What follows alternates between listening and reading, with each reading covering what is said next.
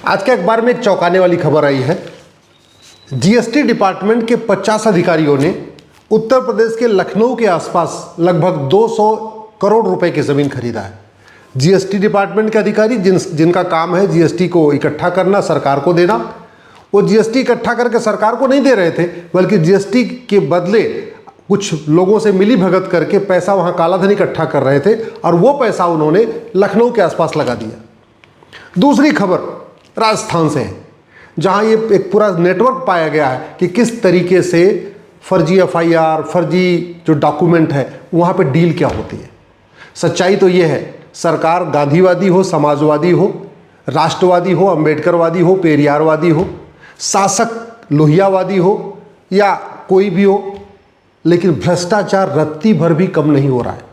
माननीय प्रधानमंत्री जी बहुत ईमानदार हैं, मैं तो कहता हूं दुनिया के सबसे ईमानदार प्रधानमंत्री है। इसके बावजूद बनारस में रत्ती भर भ्रष्टाचार खत्म नहीं हुआ। अमित शाह जी बहुत मेहनती हैं, बड़ा उनका खौफ भी रहता है, लेकिन सच्चाई ये है गांधीनगर में उन्हीं के लोकसभा क्षेत्र में रत्ती भर भ्रष्टाचार कम नहीं हुआ है। माननीय योगी जी भारत के सबसे ईमानदार मुख्यमंत्री हैं, बहुत मेहनत करते हैं, लेकिन ये भी कड़वी सच्चाई है गोरखपुर में भी रत्ती भर भ्रष्टाचार कम नहीं हुआ है।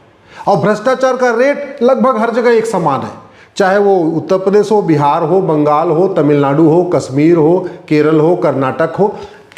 जमीनी स्तर का जो भ्रष्टाचार है उसका रेट भी लगभग हर जगह थोड़ा बहुत डिफरेंस है, बाकी एक समान है। उदाहरण के लिए फर्जी एफआईआर 10 से 20 हज़ार रुपये पूरे देश में, आप किसी भी सरकार किसी की हो, कोई भी मंत्री हो, कोई भी मुख्यमंत्री हो, फर्जी एफआईआर 10 से 20 हज़ार में हो जाती है। एफआईआर लगाने का रेट 50 हज़ार से 1 लाख रुपए है। गिरफ्तार नहीं करने का रेट 50 हज़ार से 1 लाख रुपए है। केस से नाम निकालने का रेट लगभग 1 लाख रुपए से 1 से 2 लाख रुपए है। मुकदमे में अगर नामजद नहीं करना है उसका रेट भी 1 से 2 लाख रुपए है।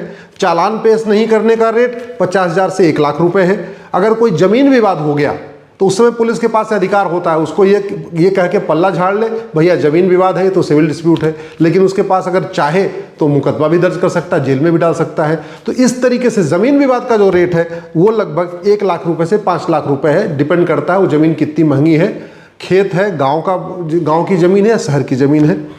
पासपोर्ट वेरिफिकेशन का रेट 2000 रुपये, किसी की सरकार हो, राष्ट्रवादी सरकार हो, समाजवादी सरकार हो, लोहियावादी सरकार हो, अंबेडकरवादी सरकार हो, किसी की सरकार हो। इसी तरीके से पार्किंग का रेट आपने देखा होगा ना, बहुत सारी सरकारी पार्किंग नहीं होती, प्राइवेट लोग वहाँ पार्किंग का गाड़ियों से पैसा लेते रहते हैं, वो थाने से मिली भगत करके होता है। तो पार्किंग जो काम करते हैं उसका भी रेट 50 हज़ार रुपये महीना, मतलब थानेदार को 50 हज़ार रुपये देते हैं, उसके बदले में पार्किंग चलाते रहते हैं। दारू के ठेके का रेट 10 हज़ार रुपये है। 10 हज़ार रुपये तब जब दारू एकदम ईमानदारी से दारू का काम हो। अगर वो ठेका देर तक खुलेगा, मान लो 10 बजे रात को बंद करना और 11 बजे तक चलेगा, तो ठेके का रेट लगभग 50 हज़ार रुपये है। इसी तरीके से फर्जी आधार बनाने का रेट 1,000 से 2,000 है। बिहार वगैरह में 1000 में बन जाता है, यूपी में, दिल्ली में 2000 में बनता है। राशन कार्ड, फर्जी राशन कार्ड का रेट लगभग 2000 रुपये। बर्थ सर्टिफिकेट का रेट भी लगभग 2000 रुपये। निवास प्रमाण पत्र का रेट भी लगभग 2000 रुपये। ड्राइविंग लाइसेंस, फर्जी ड्राइविंग लाइसेंस बनवाने का रेट भी 3 से 4 हज़ार रुपये है।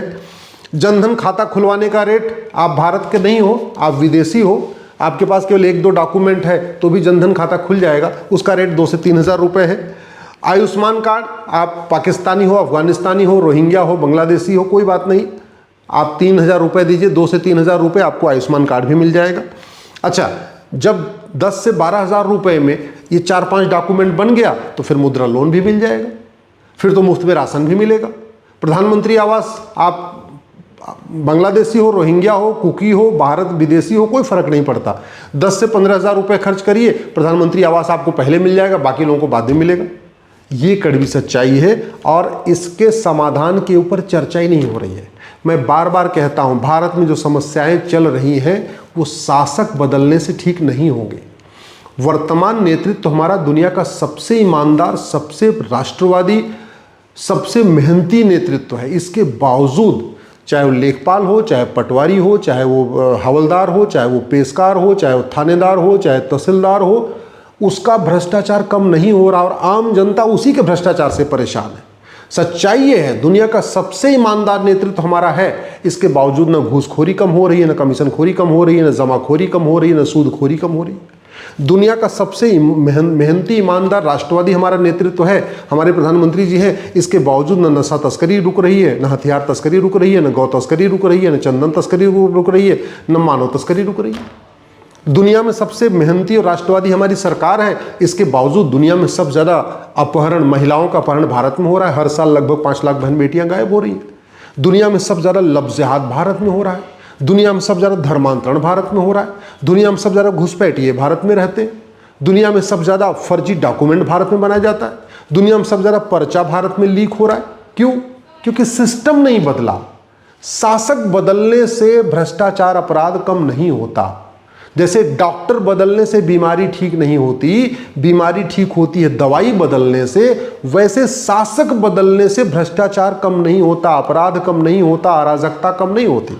उदाहरण के लिए सिंगापुर में XYZ कोई प्रधानमंत्री बन जाए, सिंगापुर में भ्रष्टाचार नहीं हो सकता, ड्रग कारोबार नहीं हो सकता। अमेरिका में XYZ कोई राष्ट्रपति बन जाए, अमेरिका में कोई जाके फर्जी वहां के डॉक्यूमेंट नहीं बनवा सकता। जापान में XYZ कोई प्रधानमंत्री बन जाए, जापान में न कोई जासूसी करेगा न गद्दारी करेगा। शिक्षा में इतना संस्कार है, कानून का तगड़ा खौफ है। दुर्भाग्यवश भारत में 75 वर्ष के बावजूद न हमने शिक्षा का भारतीकरण किया और न हमने कठोर कानून बनाए। न शिक्षा में संस्कार है, न कानून का खौफ है। इसीलिए इनकम टैक्स डिपार्टमेंट वाले भी वसूली कर रहे, GST डिपार्टमेंट वाले भी वसूली कर रहे, टोल टैक्स वाले भी वसूली कर रहे, बिजली विभाग के JEE एक्सियन भी वसूली कर रहे, नगर निगम वाले भी वसूली कर रहे। जो जिसको जहां मिल रहा है वहीं वसूली कर रहा है। और जमीनी स्तर पे थोड़ी भी वसूली कम नहीं हुई है, थोड़ा भी। मतलब ईमानदारों के लिए भारत में रहना मुश्किल है।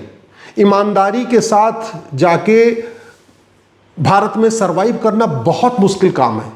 भारत में सरवाइव करने के लिए या तो विधायक से परिचय होना चाहिए, या तो सांसद से परिचय होना चाहिए, या किसी अधिकारी से परिचय होना चाहिए, या कोई रिलेटिव, कोई ऐसा सांसद विधायक हो, मंत्री हो, तब जाके आप अपना काम करा सकते हैं। सांसद विधायक के लिए, सांसद और विधायक के घर में सुबह से लाइन लगी पड़ी रहती है। क्यों? क्योंकि ईमानदारी से लोग अपना काम करते नहीं। सिटीजन चार्टर हमने लागू नहीं किया, जुडिशियल चार्टर हमने लागू नहीं किया, एडमिनिस्ट्रेटिव चार्टर हमने लागू नहीं किया, पुलिस चार्टर हमने लागू नहीं किया। पुलिस की रिस्पॉन्सिबिलिटी, अकाउंटेबिलिटी तय करने के लिए हमने नियम कानून नहीं बनाए।